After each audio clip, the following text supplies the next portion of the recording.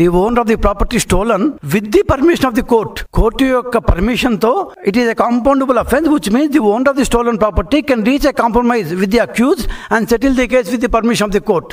Owner of the stolen property court యొక్క permission తో దొంగతనం చేసిన వాడు మొత్తం కట్టేస్తే దాని మీద కాంపౌండబుల్ చేసుకోవచ్చు, అంటే వాడి దగ్గర నుంచి మొత్తం డబ్బు తీసుకుని కోర్టు పర్మిషన్ చేయొచ్చు. కానీ ఇక్కడ owner of the stolen property ఎవరు? Owner of the stolen property దేవుడి డబ్బుది. దేవుడి డబ్బు ఎవరిది?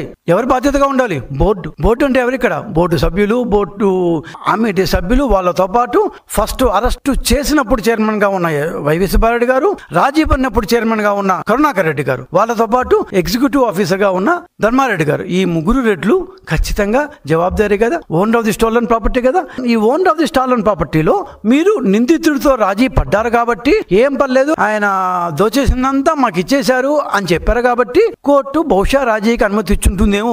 ఎందుకు ఇచ్చుండొచ్చు అంటే 381 లో ఈ లూప్ హోల్ ఉంది కాబట్టి. ఈ లూప్ హోల్ మీరు ఉపయోగించుకొని ఆ రవికుమార్ అనే వాడితో మీరు రాజీ కుదిరి చేసుకుని వాడు ఇచ్చిన డబ్బుని 14 కోట్ల రూపాయలు స్టాంప్ ఛార్జ్ ఉంటే మీరు 100 కోట్ల రూపాయలు దానికి మార్కెట్ వాల్యూ అని చెప్పేసి మీరు దేవస్థానానికి ఇచ్చుకొని ఎంత ఇచ్చాడో, ఎంత తిన్నారో, ఏం చేశారో ఎవడికరిక? హూటోల్ ఎందుకు మీరు అసలు ప్రజలకు చెప్పలేదు? ఇక్కడ ఒక చిన్న విషయం చెప్పాలి. కరుణాకర్ రెడ్డిని నీతులు చెప్తుంటాడు ప్రతి 4 రోజులకు ఒకసారి. తను చైర్మన్ కాగానే బోర్డు రిజల్యూషన్లు ఏవి ఇంటర్నెట్ లో పెట్టడం మానేశాడు. మొట్టమొదటి సమావేశం నుంచి కూడా what ever the resolution that the TTD board has taken as soon as Karunakar Reddy has become the chairman, he has stopped putting it in the internet, public domain లో పెట్టడం మానేశాడు. ఎందుకు? వై? ఇప్పుడంగా చెప్పండి కరుణాకర్ రెడ్డి గారు, మీరు ఇప్పుడు గమ్మని ఖాళీ కూర్చోన్నారు కదా, రోజుకు ప్రశ్న పెడతారు కదా, ఎందుకు? కనీసం వైవి సుబ్బారెడ్డి అన్న అప్పటిదాకా ఏమేం చేశామని చెప్పేవాడు. మీరు వచ్చిన తర్వాత ఎందుకు బోర్డు రిజల్యూషన్స్ అన్నింటినీ పబ్లిక్ డొమైన్ లో ఇంటర్నెట్ లో పెట్టడం మానేశారు? ఇలాంటివన్నీ మాకేమి తెలియదు. ఆ తర్వాత తెలిసింది ఇవన్నీ. మేము వచ్చిన తర్వాత మొత్తం తవ్వుతుంటే ఇవన్నీ వచ్చాయి బయటికి.